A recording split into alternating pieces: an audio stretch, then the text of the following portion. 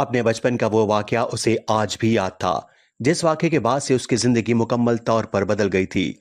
मगर आज तक उसने कभी भी इस बात का जिक्र किसी से नहीं किया था।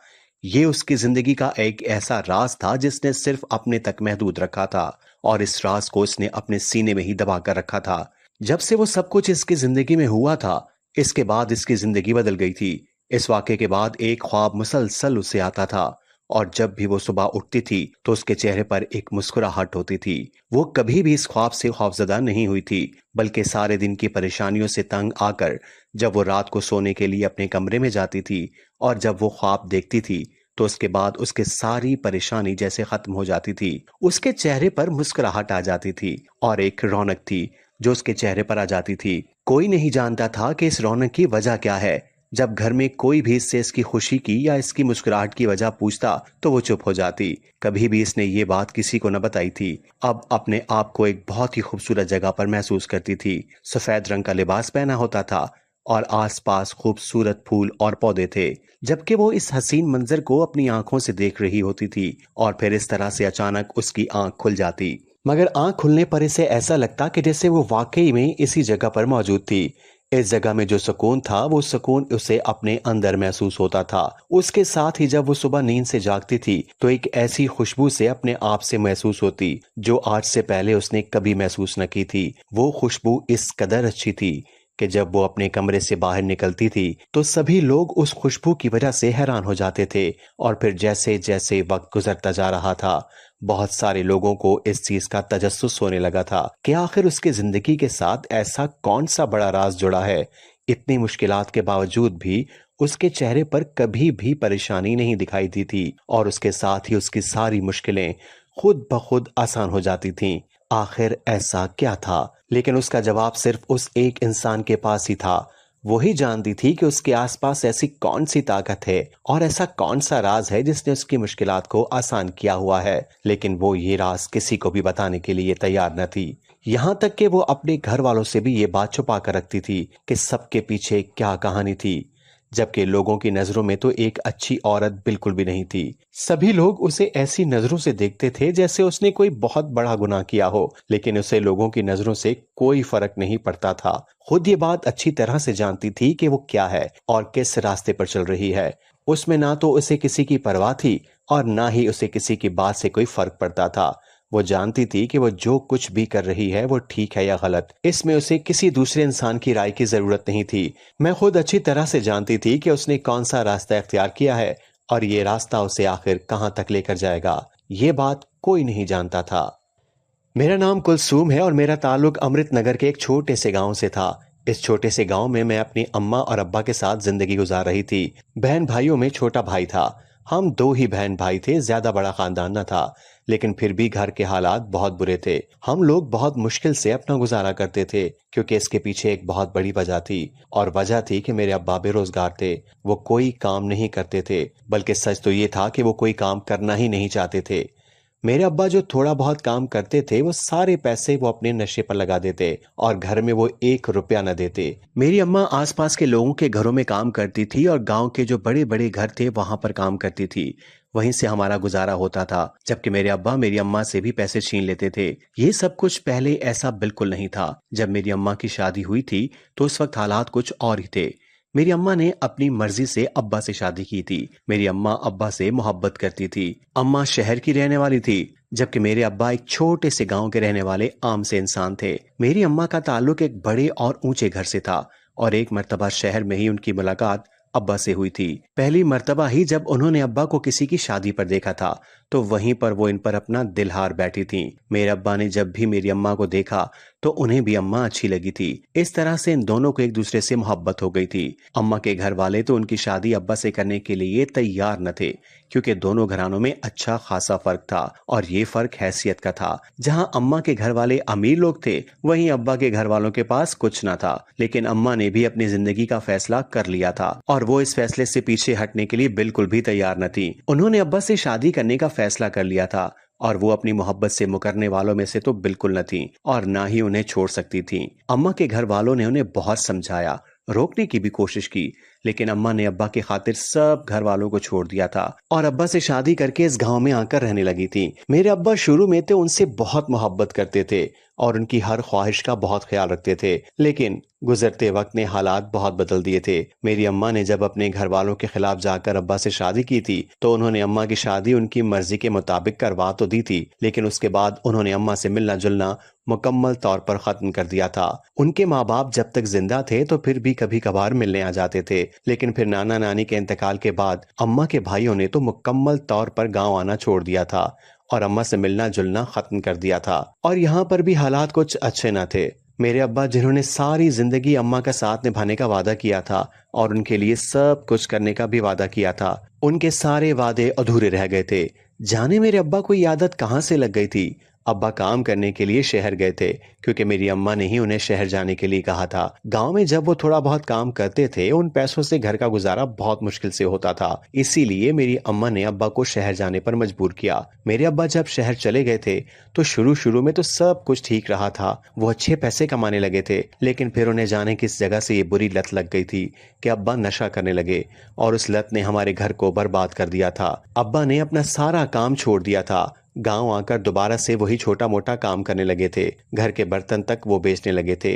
यहाँ तक कि अब तो घर में जरूरत की चीजों के अलावा कुछ न था, सब कुछ अब्बा बेच चुके थे सिर्फ और सिर्फ अपनी आदत को पूरा करने के लिए। और अम्मा वो तो हर वक्त अपना सर पीटती रहती थी कि इस इंसान की मोहब्बत में उन्होंने अपना घर छोड़ा था और अब ना तो वो वापस अपने घर वालों के पास जाकर उनसे कोई मदद मांग सकती थी और ना ही अब्बा के रिश्तेदार इतने अच्छे थे कि हमारे किसी मामले में मदद करते। और अब्बा उन्होंने तो सारी हदें ही पार कर दी थी। अम्मा जो लोगों के घरों में काम काज करके पैसे जमा करती थी वो भी चोरी करके घर से ले जाते थे। सभी मोहल्ले वाले मेरे अब्बा की इस आदत से अच्छी तरह से वाकिफ थे और बहुत सारे लोगों ने तो बहुत मर्तबा हम लोगों को इस मोहल्ले से निकालने की भी कोशिश की थी, लेकिन फिर मेरी माँ मिन्नत समाजत करती थी और उन लोगों से यही कहती थी कि अगर उन्होंने हमें यहाँ से निकाल दिया तो फिर हम कहाँ जाएंगे, वो लोग हमें यहाँ रहने दें। मेरे अब्बा तो जैसे थे वैसे ही थे, कम से कम वो लोग हमें यहाँ से निकाल कर हमारे ऊपर मजीद जुल्म न करें।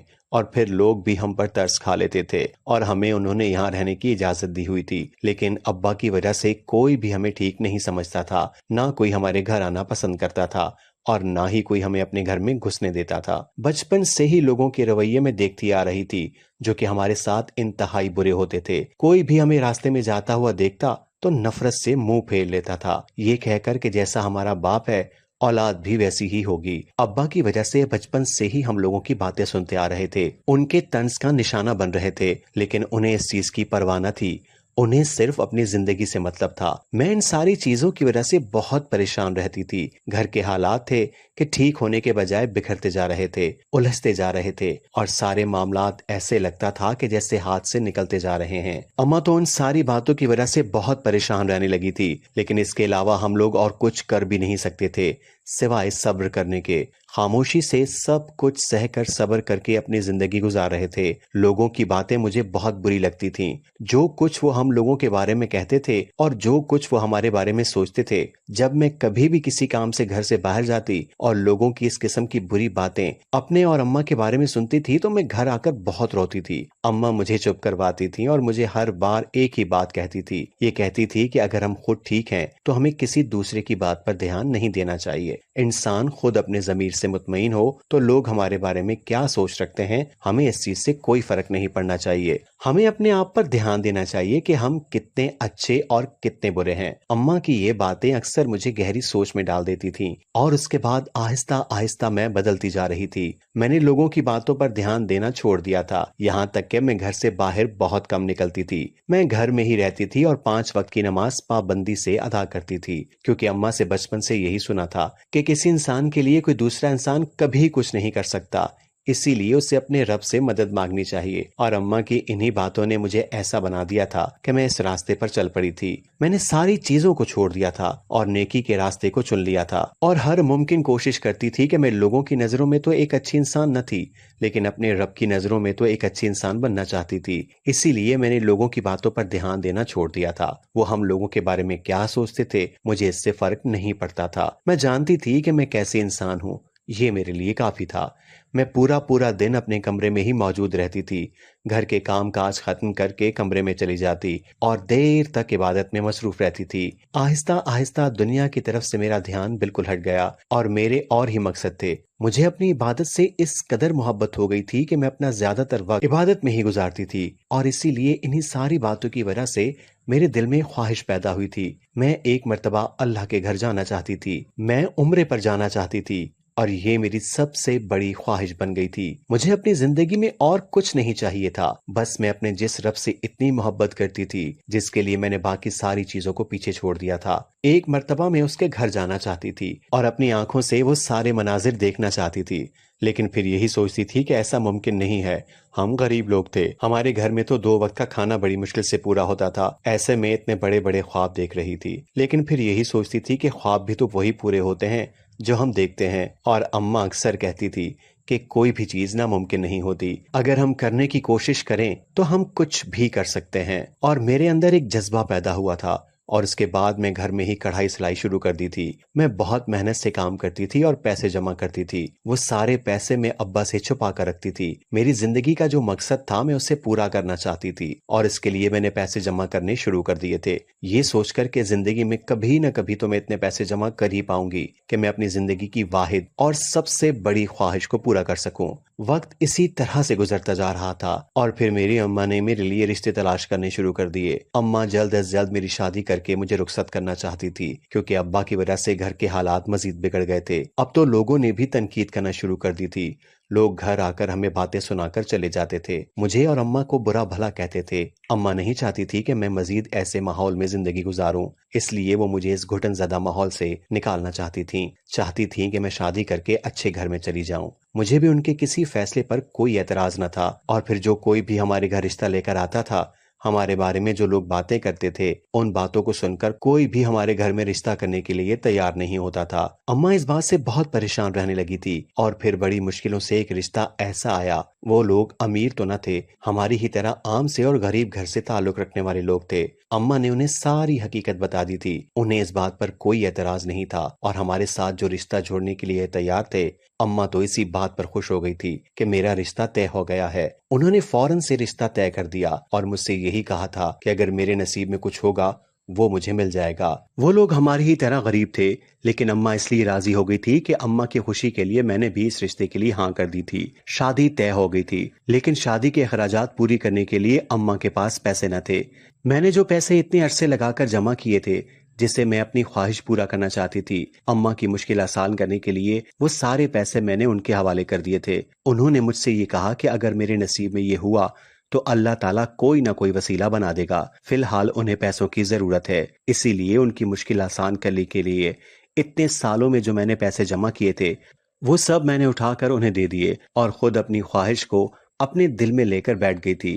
एक दिन इसी तरह से अम्मा ने मुझसे कहा कि हवेली में कोई शादी है और हवेली में काफी काम था, इसीलिए अम्मा ने मुझे अपने साथ चलने का कहा। वैसे तो वो मुझे कभी भी हवेली में काम करने के लिए अपने साथ लेकर नहीं गई थी। वो जानती थी कि मैं बिला जरूरत घर से बाहर नहीं निकलती। जब से मैंने होश संभाला था और मैंने 5 वक्त की नमाज की पाबंदी करनी शुरू की थी, मैंने पर्दा करना शुरू किया था और मैं बिना जरूरत घर से बाहर नहीं निकलती थी। मगर अम्मा की आसानी के लिए मैं उनके साथ चली गई थी। अम्मा ने कुछ ये भी सोचा था कि मालिक अगर उनके काम से खुश हो जाएं तो अम्मा उनसे कुछ पैसे मांग लेंगी ताकि मेरी शादी के अखराजात में काम आ सकें। मैं अम्मा के साथ हवेली चली गई थी, सारे काम उनके साथ निपटाए थे, जब अचानक से ही हवेली के पीछे वाले हिस्से में मेरी नजर गई। वो जगह बहुत ही खूबसूरत नजर आ रही थी। मैं बस उसे देखने के लिए खामोशी से उसी तरफ चलती जा रही थी, जब अचानक से मुझे ख्याल आया कि मैं ये किस तरफ आ गई हूँ। वहां तो अम्मा मेरा इंतजार कर रही होगी, इसीलिए मैं फौरन वापस पलटने के लिए मुड़ी ही थी कि मुझे अपने पीछे से किसी की आवाज सुनाई दी। जब मैंने पीछे पलट कर देखा तो एक बूढ़ी औरत छड़ी के सहारे से बड़ी मुश्किल से चल रही थी। शायद वो ऊपर चढ़ने की कोशिश कर रही थी, लेकिन वो ऊपर जा नहीं पा रही थी। जब मेरी नजर उस पर गई तो मैंने फौरन से भागकर उसके पास गई। मैंने मदद के लिए अपना हाथ आगे किया था। जब उस बूढ़ी औरत ने नजर उठाकर मेरी तरफ देखा तो उसकी आंखें बाकी लोगों से बहुत अलग थीं, लेकिन मैंने फौरन ही अपना हाथ आगे किया। उसने भी खामोशी से मेरा हाथ थामा था और सीढ़ियां चढ़ने लगी थी। 2 सीढ़ियां चढ़कर आगे ही बड़ा सा सहन था और सहन में एक बड़ा सा तख्त बना हुआ था। इस बूढ़ी औरत ने मुझे इशारे से वहीं बिठा देने का कहा। मैंने इसे बिठा दिया तो थोड़ी देर बाद वो वहां पर बैठी थी और दोबारा से उठने की कोशिश की। जब मैंने आगे बढ़कर उनसे पूछा कि उन्हें कहाँ जाना है तो उन्होंने कहा कि उन्हें नमाज अदा करनी है, इसीलिए वुजू करने जा रही थीं। लेकिन अब टांगों में शायद पहले जैसी ताकत नहीं रही, इसीलिए उन्हें चलने में मुश्किल पेश आती है। मैंने फौरन उन्हें बैठने का इशारा किया। मुझसे ये कहा कि उन्हें कहीं जाने की जरूरत नहीं, मैं यहीं पर उनके लिए पानी ले आती हूँ। मैं फौरन से गई और उनके वजू के लिए पानी ले आई थी। मैंने उन्हें वजू करवाया था, जबकि वो मेरे सर पर हाथ रखकर मुझे ढेरों दुआएं देने लगी, मेरी हर ख्वाहिश पूरी हो। मैंने उनकी मदद की है।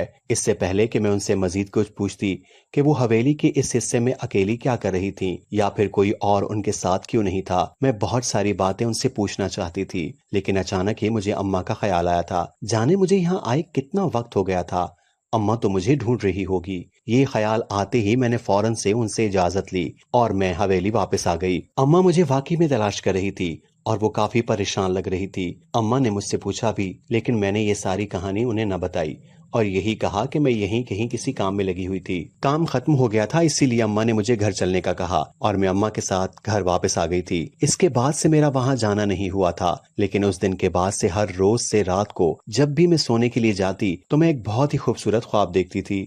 मैं अपने ख्वाब में देखती थी कि मैं एक बहुत ही हसीन जगह पर मौजूद हूँ। आसपास बहुत ही खूबसूरत मंजर है, फूल हैं। ऐसा मंजर आज से पहले मैंने हकीकत में कभी नहीं देखा था। मैं अपने आप को वहां पर बहुत ही पुरसकून महसूस करती थी और जैसे ही मेरी सुबह आंख खुलती थी तो महसूस करती थी कि मेरे आसपास से, मेरे अपने अंदर से मुझे बहुत ही अच्छी खुशबू आती थी और मुझे ऐसा लगता था कि जैसे मैं वाकई उस जगह से होकर आई हूँ। वो ख्वाब मुझे सिर्फ ख्वाब नहीं लगता था, मुझे बिल्कुल ऐसा लगता था कि जैसे मैं हकीकत में उसी जगह मौजूद होती थी। घर में बहुत सारे मसले मसाइल चल रहे थे। मेरे अब्बा अम्मा इस बात पर झगड़ा करते थे कि जो पैसे वो मेरी शादी पर खर्च करेंगी, सादगी से मेरा निकाह करके मुझे रुखसत कर दें और वही पैसे वो उन्हें दे दें। मेरे अब्बा अम्मा से वो पैसे छीनना चाहते थे, लेकिन अम्मा वो पैसे उन्हें देने के लिए तैयार न थी, क्योंकि उन्होंने ये मुझसे ये कहकर लिए थे कि वो ये सारे पैसे मेरी शादी पर खर्च करेंगी। उन्हीं सारी बातों की वजह से घर में बहुत सारे मसले मसाइल चल रहे थे और मैं बहुत परेशान भी होती थी। लेकिन जैसे ही मैं अपने कमरे में सोने के लिए जाती थी और मैं ये ख्वाब देखती थी तो मैं पुरसुकून हो जाती थी। उस जगह में इतना सुकून था जितना आज से पहले कभी कहीं नहीं मिला था और मैं सारी बातें भूल जाती थी। जब मैं सुबह उठ गई थी तो मेरे चेहरे पर एक खुशगवार सी मुस्कुराहट होती थी। सभी लोग मुझसे इसकी वजह पूछते थे, लेकिन मैंने कभी भी किसी को इसकी वजह न बताई थी। ऐसा नहीं था कि मैं सब लोगों से ये बात छुपा रही थी, मैं वैसे ही अपना ख्वाब किसी के सामने बयान नहीं करना चाहती थी। इसीलिए मैंने ये राज किसी को नहीं बताया था कि मेरी इस कदर पुरसकून लहजे के पीछे क्या वजह थी। वक्त इसी तरह से गुजर रहा था और शादी की तारीख तय हो गई थी और फिर थोड़े ही दिनों में मैं रुखसत होकर अपने ससुराल आ गई थी। मेरे ससुराल वाले भी हमारी तरह ही गरीब लोग थे। मेरा शौहर शहर में मुलाजमत करता था। शादी के कुछ ही अरसे बाद वो शहर चला गया और महीने पैसे भेज देता था। घर में उसकी 2 बहनें थीं जिनकी अभी शादी नहीं हुई थी और इन दोनों की जिम्मेदारी मेरे शौहर पर थी, क्योंकि मेरा ससुर बीमार था और बिस्तर पर पड़ा हुआ था। ससुराल जाकर फिर मैं सब्र करके जिंदगी गुजार रही थी और अपने घर के हालात बेहतर होने की दुआ करती थी। मेरा शौहर जो भी पैसे भेजता वो सारे घर के अखराजात में निकल जाते थे। इतने पैसे बचते ही नहीं थे कि मैं पैसे जमा कर सकूं। अब तो मुझे ऐसा लगने लगा था कि जैसे मेरी ख्वाहिश अधूरी रह जाएगी, कभी पूरी नहीं होगी और इस बात को लेकर मैं बहुत परेशान और उदास रहती थी। लेकिन फिर मैंने दोबारा से अपना काम शुरू करने का फैसला किया। अपने ससुराल में भी मैंने सिलाई कढ़ाई का काम करना शुरू कर दिया था। औरतें मेरे पास आती थीं और उन्हें मेरे हाथ के बनाए हुए डिजाइन बहुत अच्छे लगते थे। मैंने दोबारा से हिम्मत की थी और दोबारा से पैसे जमा करने शुरू कर दिए थे, इस उम्मीद पर कि इस बार मेरी ये ख्वाहिश हर हाल में पूरी होगी। वक्त इसी तरह से गुजरता जा रहा था और मेरी दोनों नंदों की शादी तय हो गई थी। मेरे शौहर ने बहुत मेहनत की थी और मैंने भी भरपूर साथ दिया था। मैंने कभी उससे किसी चीज का मुतालबा नहीं किया था और सब्र शुक्र करके जिंदगी गुजार रही थी। सभी लोग इसी बात पर मेरी बहुत तारीफ करते थे। मेरे ससुराल वाले भी मेरी कदर करते थे कि मैंने हर मामले में उनका साथ दिया था और कभी किसी चीज का मुतालबा नहीं किया था। मेरे शौहर ने जो भी पैसे इतने सालों में जमा किए थे वो सब उसने अपनी बहनों की शादी पर लगाए थे। हमारी शादी को 5 साल गुजर गए थे और इन 5 सालों की सारी जमा पूंजी मेरे शौहर ने अपनी बहनों पर लगाई थी। मुझे इस बात पर कोई एतराज नहीं था। उसकी बहनें थी और उनका पूरा हक था। वो दोनों अपने घर की हो गई थी और इससे बड़ी खुशी की बात हमारे लिए और कोई नहीं थी। मेरा ससुर जो कि बीमार था और बिस्तर पर पड़ा हुआ था, इसका तो कुछ अरसे पहले ही इंतकाल हो गया था, जबकि मेरी सास वो भी कुछ बीमार सी रहती थी। जब मैंने अपने शौहर से अपनी ख्वाहिश का इजहार किया तो उसने मुझसे वादा किया कि अब वो दोबारा जब वापस आएगा तो पैसे जमा करेगा। इसके बाद वो जरूर मुझे उम्रे पर लेके जाएगा और मेरी इस ख्वाहिश को जरूर पूरा करेगा। इसी वादे के साथ वो घर से गया था और मैंने उसके लिए भी यही दुआ की थी कि वो अपने मकसद में कामयाब होकर लौटे। अपने घर से गए हुए 1 महीना गुजर गया था और 1 महीने बाद एक ऐसी खबर सुनने को मिली थी जो हमारे ऊपर कयामत की तरह गुजर गई थी। शहर से खबर आई थी कि मेरे शौहर का एक्सीडेंट हो गया है और वो बुरी तरह से जख्मी हुआ है। उसका इलाज अस्पताल में चल रहा था, लेकिन मेरा शौहर मुकम्मल तौर पर ठीक न हो पाया था और वो घर वापस आ गया। मेरे शौहर के सर पर गहरी चोट लगी थी और डॉक्टर्स का यही कहना था कि उसे ठीक होने में काफी वक्त लग सकता है। वो घर वापस आ गया था, लेकिन ना तो वो कोई काम कर सकता था और न कहीं आता जाता था। सारा वक्त वो बिस्तर पर पड़े रहता। उसे देखकर उसकी माँ और मैं, हम दोनों परेशान होते थे। समझ नहीं आता था कि अब जिंदगी में आगे क्या होगा। लोग जब भी मेरे शौहर की इयादत करने के लिए आते थे तो अजीब नजरों से मुझे देखते थे और मेरी सास से लोगों ने अजीबो गरीब किस्म की बातें कहनी शुरू कर दी थी। लोगों ने मेरे बारे में वही दोबारा से बातें करनी शुरू कर दी थी। ये कहना शुरू कर दिया था कि मैं एक बुरी औरत हूँ, जैसा मेरा बाप था वैसी ही मैं हूँ और मेरी माँ भी वैसी ही है। मेरी नहूसत की वजह से ही उनके घर का सुकून बर्बाद हुआ है, वरना इससे पहले तो उनका बेटा इतने सालों से शहर में नौकरी कर रहा था। आज तक तो इसे कुछ नहीं हुआ। मेरे इस घर में आते ही कैसे उसकी जिंदगी बर्बाद हो गई और वो बिस्तर पर पड़ गया। कमाने वाला घर में एक ही फर्द था और वो भी मेरी नहूसत की वजह से बिस्तर पर पड़ गया था। अब आगे उनका गुजारा कैसे होगा? मेरी सास शुरू में तो मुझे कुछ ना कहती थी और लोगों की बातों को नजरअंदाज कर देती, लेकिन फिर आहिस्ता आहिस्ता वो सारी बातें भूल गई थी। जो कुर्बानियां मैंने उनके घर के लिए दी थी और उनकी बेटियों के लिए दी थी, वो इन सारी बातों को भूल गई थी और उन्होंने मेरे ऊपर ही इल्जाम लगाने शुरू कर दिए थे। वो मुझे घर से निकालना चाहती थी। मेरा वजूद अब इनसे इस घर में बर्दाश्त नहीं था। मैं उनके आगे हाथ जोड़ती थी और उन्हें यकीन दिलाने की कोशिश करती थी कि ऐसा कुछ नहीं है। जो लोग मेरे बारे में बातें करते हैं वो सब गलत हैं। मेरी सास को ऐसा लगता कि जैसे मैं अच्छाई का ड्रामा करती हूँ। हकीकत में मैं अच्छी नहीं हूँ। वो मुझे बात बात पर इसी बात के ताने देती थी कि मैं ये जो पारसाई का ड्रामा करती हूँ ये सब कुछ झूठ है। उन्हें मेरी हकीकत मालूम हो गई है। मैं एक नशई बाप की बेटी हूँ, तुम्हें कैसे एक अच्छी लड़की हो सकती हूँ? मगर मैं उनकी सारी बातें खामोशी से बर्दाश्त करती रहती थी। लेकिन मैं अपना घर छोड़कर जाने के लिए बिल्कुल तैयार न थी। मैं कैसे अपना घर छोड़कर चली जाती? मेरी सास जो पहले मुझसे बहुत मुतासिर थी, मेरी बहुत तारीफें करती थी कि उनकी बहू बहुत ही नेक और पर्देदार है, और अब लोगों की बातों में आकर उन्होंने मुझे ही बुरा भला कहना शुरू कर दिया था और हर वक्त उठते बैठते वो मुझे ताने देती रहती और मैं उनकी सारी बातें खामोशी से सुनती रहती, मगर घर के सारे काम भी करती थी और उनके साथ उनकी बातें बर्दाश्त करती थी। लेकिन मैंने हिम्मत नहीं हारी थी। मैंने जो भी पैसे जमा किए थे वो सारे पैसे मेरे शौहर के इलाज पर लग गए थे, लेकिन फिर भी मैं इस घर में कोई भी मेरी बात सुनने को तैयार नहीं था। मेरी नंदे जिनके लिए मैंने अपनी ख्वाहिशात को मार दिया था, वो भी हमारी घर आती थी तो मुझे बुरा भला कहकर चली जाती थी। ये कहती थी कि मैं उनके भाई की जिंदगी से निकल जाऊं, लेकिन मेरे शौहर को मुझ पर पूरा भरोसा था। मेरा शौहर मुझे इस घर से भेजने के लिए तैयार नहीं था और मुझसे यही कहता था कि मुझे इस पर पूरा भरोसा है। मैं जो कुछ भी करती थी वो दिखावे के लिए नहीं करती थी। यही वजह थी कि मैं अपने शौहर की वजह से इस घर में मौजूद थी, वरना मेरे ससुराल वालों ने तो मुझे इस घर से निकालने का पूरा इरादा कर लिया था। मगर मेरा शौहर मुझे कहीं भी भेजने के लिए तैयार नहीं था। वो दिल से मेरी कदर करता था और मानता था कि मैं एक अच्छी लड़की हूँ। मैंने अपनी सारी जिंदगी दूसरों के लिए गुजार दी थी, अपनी ख्वाहिश को दिल में ही दफन कर दिया था और अब तो मैंने यही सोचा था कि शायद मेरी ये ख्वाहिश कभी पूरी नहीं हो सकती। मेरा शौहर पहले से काफी बेहतर था, लेकिन अभी भी वो मुकम्मल तौर पर ठीक नहीं हुआ था। घर के हालात भी कुछ ठीक नहीं थे और इसके इलाज के लिए पैसों की जरूरत भी थी। इसीलिए मैंने काम करने के बारे में सोचा। हमारे गांव में बड़े वडेरों की हवेली थी। मैंने वहां जाकर काम करना शुरू कर दिया था और वहां से जो भी पैसे मिलते थे इससे मैं घर चला लेती थी और अपने शौहर का इलाज भी करवा रही थी। लेकिन फिर भी मेरे ससुराल वाले मेरी कदर न करते थे।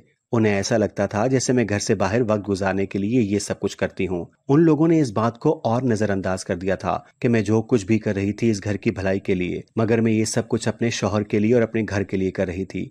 इसीलिए मेरे ससुराल वाले जो कुछ भी कहते थे मैं उनकी बातों को नजरअंदाज कर देती थी और अपने काम पर रोजाना बाकायदगी से जाती थी। अपने शौहर को खाना खिलाकर, दवा खिलाकर मैं अपने काम पर चली जाती थी और मेरा आधा दिन वहीं पर गुजरता था। वहां पर भी मैं सारा दिन अपनी चादर लपेट कर ही काम करती थी। जब एक दिन मैं हवेली में काम कर रही थी, वहां की मालकन ने मुझे बड़ी बेगम साहबा के कमरे में भेजा और ये कहा कि आज से मैं उनके जाती काम किया करूंगी। मैं भी बेगम साहबा के कहने पर बड़ी बेगम के कमरे में चली गई थी और जैसे ही मैं वहां पहुंची थी, मैं ये देखकर हैरान हुई कि बड़ी बेगम साहबा तो वही बूढ़ी औरत थी जो मुझे उस हवेली में मिली थी, जहां पर मैं अम्मा के साथ गई थी और जिन्हें मैंने सहारा देकर बिठाया था, जिनकी मदद की थी। वो मुझे देखते ही पहचान गई थी और मुझे अपने घर में देखकर बहुत खुश हुई। जब उन्होंने मेरे बारे में पूछा तो मैंने उन्हें सब कुछ सच सच बता दिया कि किस मजबूरी के तहत मैं यहाँ काम करने के लिए आई हूँ। उन्होंने मुझे अपने कामों के लिए रख लिया था और यही कहा था कि मुझे सिर्फ उनके साथ रहना है और उनके काम करने हैं। बाकी घर के दूसरे काम करने की मुझे जरूरत नहीं है। मेरा सारा वक्त उनके साथ गुजरता था और मैं उन्हीं के साथ काम करती थी। वो मेरा बहुत ख्याल रखती थी और एक दिन उन्होंने मुझे अपने कमरे में बुलाया। इसके साथ ही उन्होंने मुझे एक छोटी सी लाल रंग की पोटली मेरे हाथ पे रख दी और कहने लगी कि मैं इसे अपने साथ अपने घर ले जाऊं। जब तक मैं इसे अपने घर में संभाल कर रखूंगी तो मेरे घर में कभी भी किसी चीज की कमी नहीं होगी और ये उनका मेरे लिए तोहफा है, क्योंकि मैंने उस वक्त भी उनकी मदद की थी और अब भी उनकी खिदमत करती हूँ और इसी बात का इनाम वो मुझे दे रही हैं। मैंने भी खुशी खुशी उनका इनाम कबूल कर लिया था और इस छोटी सी पोटली को लाकर मैंने अपने संदूक में छुपा दिया, क्योंकि उन्होंने मुझसे यही कहा था कि मुझे इस बात का जिक्र किसी से नहीं करना, बस खामोशी से उसे किसी बड़े से बक्से में रख देना है और फिर जब भी मुझे पैसों की जरूरत हो, मैं इस बक्से में से पैसे निकाल लिया करूं। जरूरत के मुताबिक पैसे वहां से निकल आया करेंगे। मैं बहुत हैरान हुई थी कि ऐसे कैसा मुमकिन था, मगर मैंने उनसे कोई दूसरा सवाल न किया। खामोशी से उनकी दी हुई चीज लेकर रख ली थी जो इन्होंने इनाम के तौर पर मुझे दी थी और फिर जब भी मुझे पैसों की जरूरत होती थी, मैं अपने संदूक से पैसे निकालकर खर्च कर लेती थी। और अब तो मैंने हवेली जाकर काम करना भी छोड़ दिया था, क्योंकि उन्होंने मुझसे यही कहा था कि मैं अपने शौहर पर और अपने घर पर तवज्जो दूं और ऐसे में मुझे यहाँ आने की जरूरत नहीं है। उन्होंने मुझे एक ऐसा इनाम दे दिया था जिसने मेरी जिंदगी बदल गई थी और मुझे काम करने की जरूरत नहीं थी। मैं अपने शौहर का इलाज करवा रही थी और मेरे शौहर का इलाज काफी कामयाब भी हो रहा था।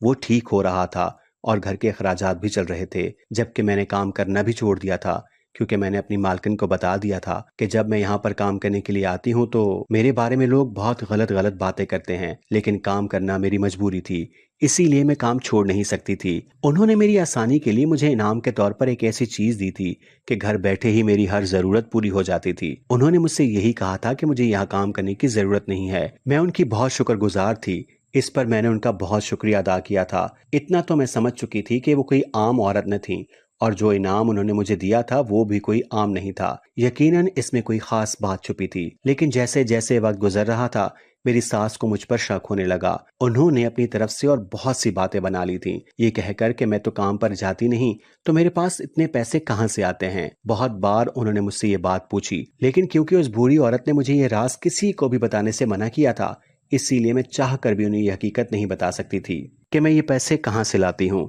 मैं हर बार ही उनकी बातों पर खामोश हो जाती थी, जबकि उन्होंने मेरे शौहर को भी मेरे खिलाफ करना शुरू कर दिया था। मेरा शौहर अब ठीक हो गया था, दोबारा से उसने काम पर जाना शुरू कर दिया था, लेकिन मेरी सास हर वक्त उससे मेरे खिलाफ करती थी और ये कहती थी कि मैं अच्छी औरत नहीं हूँ, वो मुझे घर से निकाल दे, क्योंकि मैंने बुरे वक्त में अपने शौहर का साथ दिया था, इसीलिए वो मुझे छोड़ने के लिए तैयार न था। वो मुझसे यही कहता था मैं उसकी माँ को सब कुछ सच सच बता दूं, लेकिन मैं ये राज किसी को नहीं बता सकती थी। मैंने वादा किया था और मैं अपने वादे से मुकर नहीं सकती थी।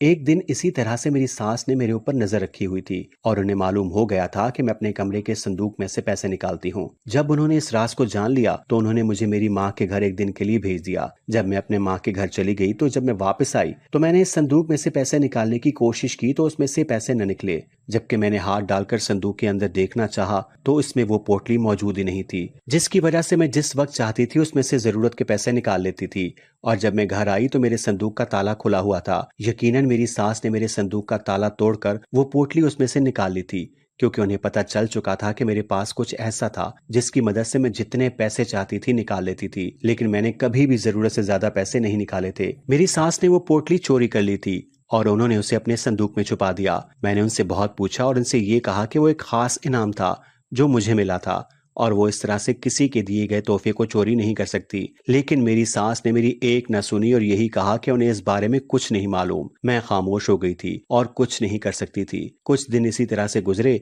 जब एक दिन मेरी सास मेरे पास आई और मुझसे कहने लगी कि उन्होंने ही मेरे संदूक में से इस पोटली को चोरी किया था, इसीलिए ताकि वो इसमें से ज्यादा पैसा निकाल सकें और एक ऐश की जिंदगी गुजार सकें। वो अमीर होना चाहती थी और अच्छी जिंदगी गुजारना चाहती थी, इसीलिए उन्होंने सब कुछ किया था। लेकिन पिछले इतने अरसे से उन्होंने इस पोटली को अपने संदूक में छुपा कर रखा हुआ था, लेकिन कभी भी इसमें से पैसे नहीं निकले, जबकि मैं तो बड़े आराम से इसमें से पैसे निकाल लेती थी। उन्होंने मुझसे पूछा तो मैंने उनसे यही कहा था कि वो पोटली मुझे तोहफे के तौर पर मिली थी। उन्होंने उसे चोरी किया था और जब हम किसी काम में बेईमानी करते हैं तो कभी भी इसमें हमें मुनाफा नहीं होता। उन्होंने मुझे वो पोटली वापस कर दी थी और ये कहा था कि मैं इसके जरिए से पैसे निकाल कर उन्हें दिया करूं। लेकिन उस दिन के बाद से मेरे संदूक से पैसे निकलना बंद हो गए थे। मैं समझ गई थी कि ये क्यों हुआ है, क्योंकि ये एक राज था और ये राज मेरी सास को मालूम हो गया था, जबकि बूढ़ी औरत ने मुझसे ये कहा था कि ये राज किसी को मालूम नहीं होना चाहिए, क्योंकि अगर ये राज किसी को मालूम हो गया तो उसके बाद इसका असर खत्म हो जाएगा। और ऐसा ही हुआ था। मेरी सास ने मुझे दोबारा से मजबूर किया था कि मैं हवेली जाऊं और उनसे बात करूं, जबकि मैं हवेली जाने के लिए तैयार न थी, मगर उन्होंने जबरदस्ती मुझे भेज दिया था। जब मैं हवेली गई थी और मैंने अपनी बड़ी मालकिन को जाकर सारी हकीकत बता दी थी और मैंने उनसे ये भी कहा था कि मैं यहाँ पर उनसे कोई मदद मांगने के लिए नहीं आई और ना ही कोई तोहफा लेने के लिए आई हूँ। मैं सिर्फ और सिर्फ उनसे ये हकीकत जानने के लिए आई हूँ कि आखिर इस तोहफे में ऐसा कौन सा असर था जिसकी वजह से वो मेरी इस तरह से मदद कर रही थी। आखिर वो कौन थी? जब मैंने उनसे सवाल किया तो वो मेरी बात पर मुस्कुराने लगी। उन्होंने मुझसे कहा कि मुझे अभी तक समझ नहीं आया कि वो कौन है। वो कोई इंसान नहीं है, बल्कि वो एक जिन्नजादी है और ये जिन्नात की हवेली है। और जब पहली मर्तबा मैंने उनकी मदद की थी तब मैं उन्हें बहुत अच्छी लगी थी। वो जानती हैं कि मैं किस कदर नेक और अच्छी लड़की हूँ, इसलिए वो मेरी मदद करना चाहती थी और इसलिए उन्होंने ये सब कुछ किया था। उन्हें पहली नजर में ही अंदाजा हो गया था कि मैं एक अच्छी लड़की हूँ, मदद करने वाली हूँ और हमदर्द लड़की हूँ। और फिर उसके बाद मैंने वापसी के लिए इजाजत मांगी थी। मैं यहाँ किसी लालच के तहत नहीं आई थी, बल्कि वो पोटली उन्हें वापस लौटाने के लिए आई थी, क्योंकि अब मेरा शौहर ठीक हो गया था और वो कमाने लगा था और मेरे घर के हालात यकीनन बेहतर हो जाने थे। इसीलिए मैं उनकी अमानत उन्हें लौटाने के लिए आई थी। जैसे ही मैं जाने लगी तो उन्होंने मुझे आवाज देकर रोक लिया और कहने लगी कि वो जानती है कि मेरी जिंदगी की सबसे बड़ी ख्वाहिश क्या है। मैं अपनी शादी से पहले से ही किस चीज के लिए पैसे जमा कर रही थी, लेकिन कभी भी मेरी ये ख्वाहिश पूरी नहीं हो पाई थी, सिर्फ इस वजह से क्योंकि मैं लोगों की बहुत हमदर्द हूँ और उनकी तकलीफ मुझसे देखी नहीं जाती और मैं उनकी मदद करने के लिए तैयार हो जाती हूँ। यहाँ तक कि दूसरों की मदद करने के लिए मैं अपनी ख्वाहिशात को भी नजरअंदाज कर देती हूँ और यही बात उन्हें मेरी सबसे ज्यादा अच्छी लगी थी। इसीलिए इस बार वो मुझे ऐसा तोहफा देना चाहती हैं जो कि मेरी मदद करने के लिए नहीं दे रही, बल्कि वो मुझसे मुतासिर होकर वो तोहफा मुझे दे रही हैं और अपनी खुशी से दे रही हैं। उन्होंने मुझे सोने के जेवरात दिए थे और ये कहा था कि मैं उन्हें बेचकर अपनी ख्वाहिश पूरी करूं, उन्हें खुशी होगी। मैंने भी तो आज तक दूसरों की मदद करने के लिए और दूसरों की ख्वाहिशात को पूरा करने के लिए इतना कुछ किया था। ऐसे में अगर वो मेरी ख्वाहिश पूरी कर देंगी तो इसमें क्या बुराई है? मैं बहुत हैरान थी और उन्होंने मुझसे यही कहा कि अगर मैं इन जेवरात को बेचकर उम्रे पे जाऊंगी तो उन्हें खुशी होगी और वो अपने आप को खुश नसीब समझेंगी। इस नेक काम में उन्होंने अपना हिस्सा डाला। मैंने उनसे वो जेवरात ले लिए थे और उनका शुक्रिया अदा करके घर वापस आ गई थी। मेरा शौहर भी घर वापस आ गया था। जब मैंने उसे सारी सच्चाई बता दी थी, मेरे शौहर ने मेरे कहने के मुताबिक वो जेवरात बेच दिए थे और हम दोनों ने उम्रे पर जाने का फैसला किया था। मेरी जिंदगी की सबसे बड़ी ख्वाहिश पूरी हो गई थी। मैं अल्लाह के घर के सामने मौजूद थी और इसमें इन जिन्नात ने मेरी मदद की थी। इस दिन मुझे इस बात का यकीन हो गया था कि जब अल्लाह आपको कुछ देना चाहता है तो वो रास्ते भी बना देता है। इंसान को फिक्र करने की जरूरत नहीं। जब हम इसकी रजा की खातिर उसके बंदों की मदद करते हैं तो वो भी हमारे वसीले बना देता है। हम लोग उम्रे से वापस आ गए थे और मैं बहुत पुरसकून और मुतमईन थी, क्योंकि मेरी दिली ख्वाहिश पूरी हो गई थी। मैं एक बार फिर से इस बूढ़ी औरत से मिलना चाहती थी जिसने मेरी मदद की थी। जब मैं उनसे मिलने हवेली गई थी तो वो हवेली के जिस हिस्से में मौजूद थी वो बिल्कुल वैसा ही था जैसे मैं अपने ख्वाब में देखती थी। मेरा ख्वाब भी सच हो गया था। वहाँ पर खुशबुओं का राज था। ऐसी खूबसूरत जगह आज से पहले मैंने अपनी जिंदगी में कभी नहीं देखी थी। मैंने उनका शुक्रिया अदा किया और घर वापस आ गई और वो खुशबू आज भी मेरे इस लिबास में से महसूस होती है जो मैंने उस वक्त पहना था। वो वाकई एक नेक जिन्नजादी थी और शायद अल्लाह ने उसे मेरी मदद के लिए ही भेजा था।